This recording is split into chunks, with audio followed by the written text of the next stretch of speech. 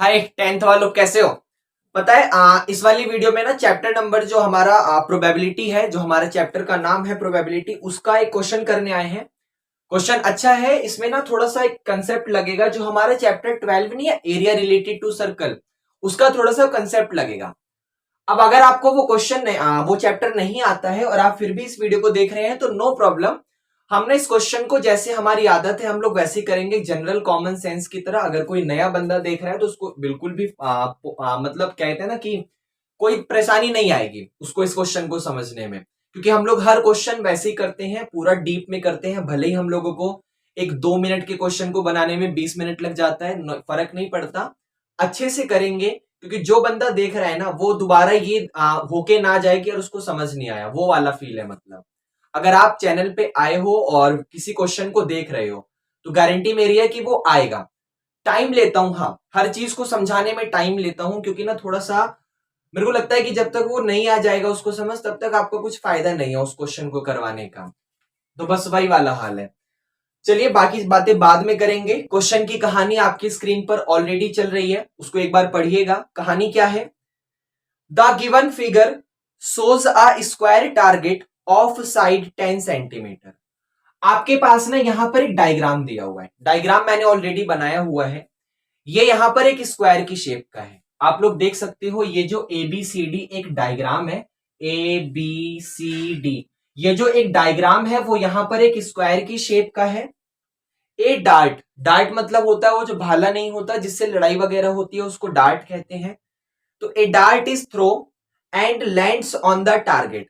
एक डार्ट को फेंका जाता है और वो टारगेट पे जाके गिर जाता है। What is the probability? तो प्रोबेबिलिटी बताइए क्या होगी। That the target will land on the shaded region. आपने किसी डार्ट को फेंका, जैसे मान लीजिए आपने स्क्वायर की तरफ किसी डार्ट को फेंका, तो वो स्क्वायर में कहीं ना कहीं जाके गिरेगा। तो आप उस चीज की प्रोबेबिलिटी बताइए कि वो यहां पर शेडेड रीजन में जाके गिरेगा। Leave your answer in terms of pi. अपने आंसर को पाई की फॉर्म में छोड़ना है, मतलब पाई की वैल्यू को पुट नहीं करना। अब आपने किसी डार्ट को यहां पर इस तरीके से फेंका, तो इस तरीके से फेंकने के बाद जनरली तरीका क्या है कि वो भाई इस स्क्वायर के अंदर, इस स्क्वायर के अंदर कहीं भी आके गिर सकता था। वो यहां भी गिर सकता था, वो यहां भी गिर सकता था, वो यहां भी गिर सकता था, वो यहां भी गिर सकता है, वो यहां भी गिर सकता है। वो कहीं पर भी आके गिर सकता है। लेकिन आपको क्या करना है, आपको प्रोबेबिलिटी बतानी है कि भाई वो जो हमारा डार्ट है ना, वो हमारे पास आकर इस वाले पार्ट में ही गिरे। इस चीज की प्रोबेबिलिटी बताओ क्या होगी।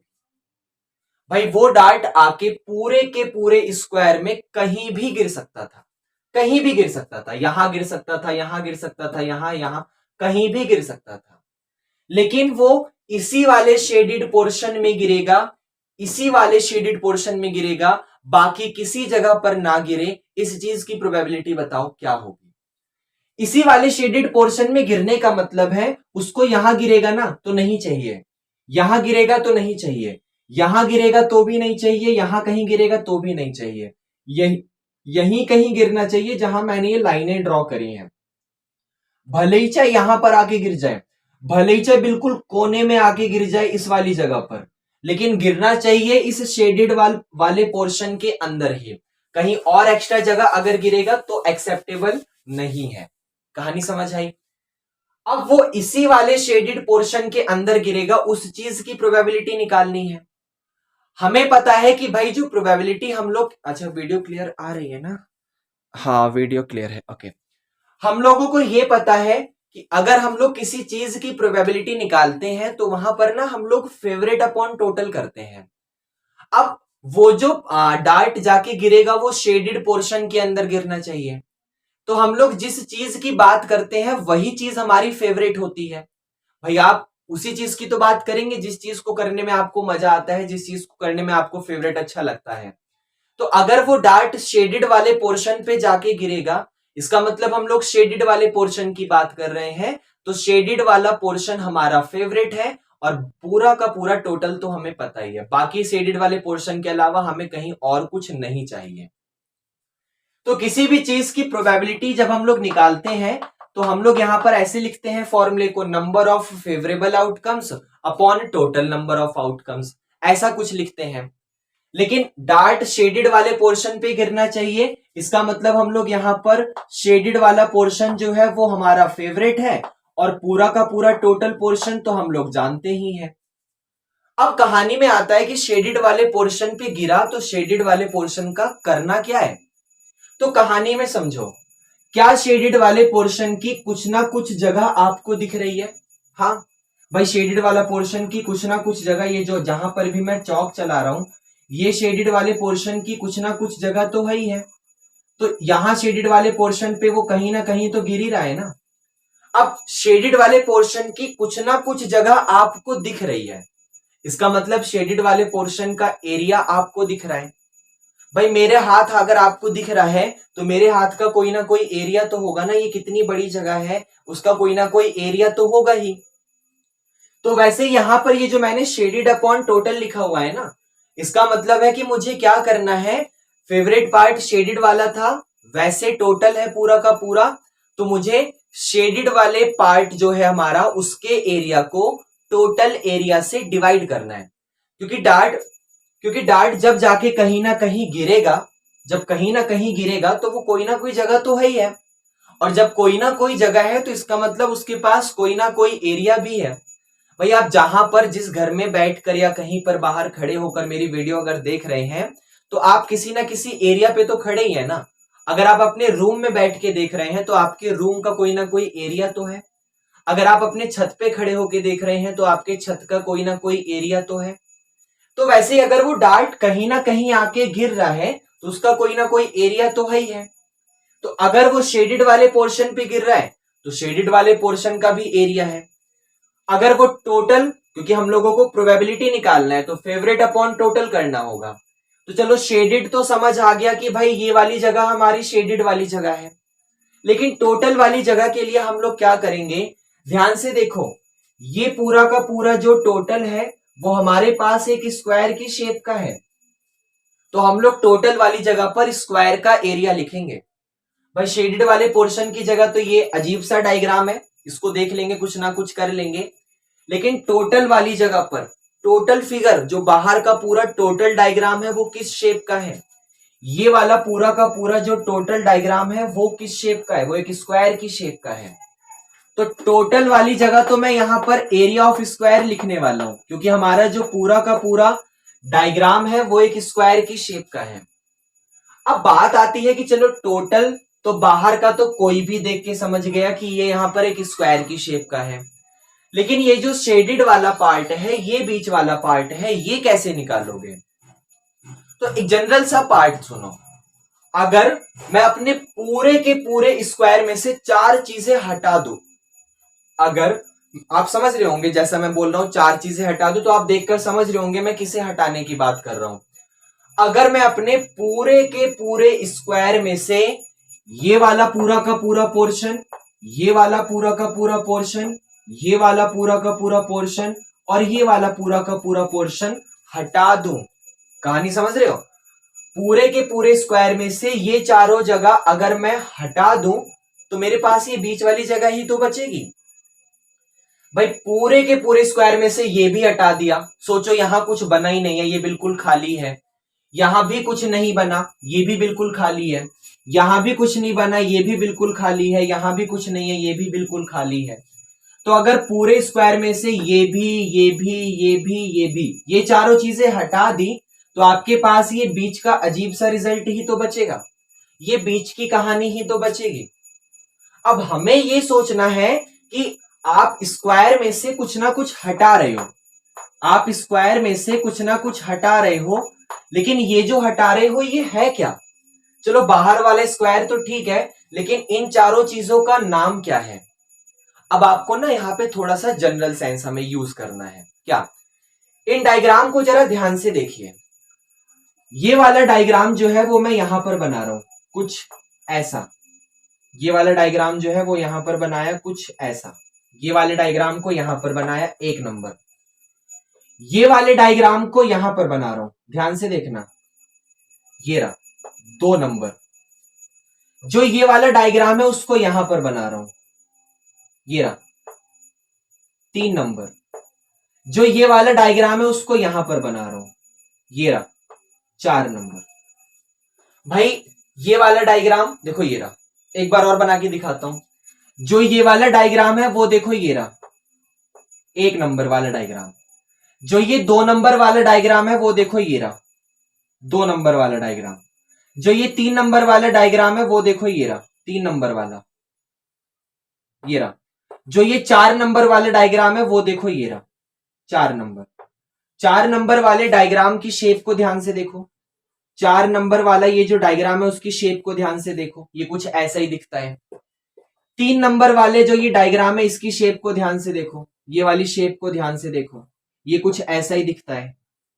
जो ये 1 नंबर वाला डायग्राम है इसकी शेप को ध्यान से देखो, 1 नंबर वाले डायग्राम की शेप को ध्यान से देखो, ये कुछ ऐसा ही डायग्राम है। जो ये 2 नंबर वाला डायग्राम है इसकी शेप को ध्यान से देखो, ये वाली शेप को, ये कुछ ऐसा ही डायग्राम है। तो अगर मैंने इन चारों की चारों शेप को आपस में मिला दिया तो ये चारों की चारों शेप आपस में मिलकर कैसा डायग्राम बना देंगी? एक सर्कल का डायग्राम बना देंगी। मतलब मुझे इस शेडेड वाले पार्ट को निकालने के लिए क्या करना होगा? मुझे यहां पर स्क्वायर के एरिया में से सर्कल के एरिया को माइनस करना पड़ेगा। स्क्वायर के एरिया में से सर्कल के एरिया को माइनस कर देंगे तो हमारे पास ये शेडेड वाला पोर्शन आ जाएगा। अब बात आती है कि चलो स्क्वायर का एरिया पता है, सर्कल का एरिया पता है, स्क्वायर का एरिया पता है, तो चलो क्वेश्चन को आगे बढ़ाते हैं। तो ये रफली डायग्राम को इसको रफ करते हैं, इस वाले पार्ट को। आइए, अब आपको पता है स्क्वायर का एरिया क्या होता है? स्क्वायर का एरिया होता है कि भाई जो भी साइड दी हुई है उस साइड का स्क्वायर कर दो, माइनस सर्कल का एरिया क्या होता है? सिंपल, सर्कल का area pi r square divided by फिर से एरिया ऑफ स्क्वायर, मतलब जो भी साइड दी हुई है उस साइड का स्क्वायर कर दो। अब समझना यह है कि यहां पर स्क्वायर की साइड कितनी है। तो ये आपको दिख रहा है कि जो स्क्वायर है उसकी साइड कितनी है यहां पर? 10 सेंटीमीटर। तो हमारे पास स्क्वायर की साइड है, यहां करते हैं, स्क्वायर की साइड है हमारे पास यहां पर 10, मतलब 10 का होल स्क्वायर हो जाएगा, माइनस पाई की वैल्यू नहीं पुट करनी क्योंकि उसने कहा था leave your answer in terms of pi, आपका आंसर पाई की फॉर्म में आना चाहिए, तो पाई की वैल्यू पुट नहीं कर रहे। अब सोचना यह है रेडियस की जगह क्या करें, तो ध्यान से देखो भाई, ये सर्कल का छोटा सा पार्ट है, देखो ये सर्कल और ये भी आधा, मतलब 1/4 सर्कल, ये भी 1/4 सर्कल, ये भी 1/4 और ये भी 1/4। तो अगर पूरा का पूरा यहां से लेकर यहां तक 10 सेंटीमीटर है, अगर मैं सर्कल को बनाऊं और सर्कल को 4 पार्ट में डिवाइड कर दूं और यहां से लेकर यहां तक पूरा का पूरा पार्ट 10 सेंटीमीटर का है, तो ये आधा पार्ट कितने सेंटीमीटर का होगा? 5 सेंटीमीटर। अगर ये पूरा का पूरा जो पार्ट है वो 10 सेंटीमीटर का है, तो ये वाला आधा पार्ट कितने सेंटीमीटर का होगा? ये वाला आधा पार्ट कितने सेंटीमीटर का होगा? 5 सेंटीमीटर का। इसका मतलब जो हमारे पास रेडियस है वो आ गई यहां पर 5 का होल स्क्वायर डिवाइडेड बाय फिर से साइड का स्क्वायर। साइड कितनी है? 10, तो हमारे पास यहां पर आ जाएगा फिर से 10 का होल स्क्वायर। अब जब आप 10 के होल स्क्वायर को सॉल्व करोगे तो आपके पास 100 आ जाएगा, माइनस का पाई हमारे पास एज इट इज रहेगा, और 5 के होल स्क्वायर को सॉल्व करोगे तो यहां पर 25 आ जाएगा, और डिवाइडेड बाय फिर से 10 के स्क्वायर को सॉल्व करोगे तो आपके पास यहां पर 100 आ जाएगा। इतना समझ आया? अब एक काम कर लो, 100 और 25 में से 25 कॉमन आएगा, बाहर निकाल लो। तो 100 और 25 में से 25 कॉमन आएगा, आप लोग उसे बाहर निकाल लो। तो 100 में से 25 बाहर आ गया। अब कॉमन लेने का मतलब क्या होता है भाई? कॉमन लेने का मतलब होता है डिवाइड करना। तो जब 24 से डिवाइड करोगे तो 100 को 25 से डिवाइड करोगे, तो 100 को 25 से डिवाइड करा तो यहां 4 बचेगा, माइनस का 25 पाई में से 25 बाहर आ गया तो यहां पर सिर्फ पाई बचा, डिवाइडेड बाय ये वाला 100 एज इट इज। 100 को 25 से उड़ाओगे तो 4 आ जाएगा। इसका मतलब जो आंसर है वो आपके पास आ गया 4 माइनस पाई, 4 माइनस पाई और डिवाइडेड बाय ये वाला 4, और यही हमारा यहां पर फाइनल आंसर। तो ज्यादा कुछ तो नहीं करा ना, भाई हमारे पास जो एक स्क्वायर था, उस स्क्वायर में से सर्कल को माइनस कर दिया, और क्योंकि हम लोग प्रोबेबिलिटी निकाल रहे थे, तो अक्सर मैं जो ग्राउंड रियलिटी पे देखता हूं उसमें क्या करते हैं बच्चे कि वो ना इसको इस क्वेश्चन में सिर्फ स्क्वायर में से सर्कल को माइनस कर देते हैं, लेकिन टोटल से डिवाइड नहीं करते। तो वो भूल जाते हैं कि वो प्रोबेबिलिटी निकाल रहे हैं, और वहां पर हम लोगों को फेवरेट अपॉन टोटल करना होता है। तो फेवरेट वाला पार्ट हमारा शेडेड वाला पार्ट था, और शेडेड वाला पार्ट तब आएगा जब आप स्क्वायर में से सर्कल को माइनस कर दोगे, और टोटल से डिवाइड भी करना है क्योंकि आप प्रोबेबिलिटी के ऊपर बात कर रहे हो। तो टोटल मतलब एरिया ऑफ स्क्वायर। तो ये चारों पार्ट माइनस हो गए, तो हमारे पास ये बड़ी सिंपल सी कहानी आ गई। तो जैसा भी लगा क्वेश्चन, जैसा भी समझ आया, कमेंट में फीडबैक दीजिए। कोई नया क्वेश्चन है तो कमेंट में ड्रॉप आउट करिए, वीडियो बनाएंगे। Thank you.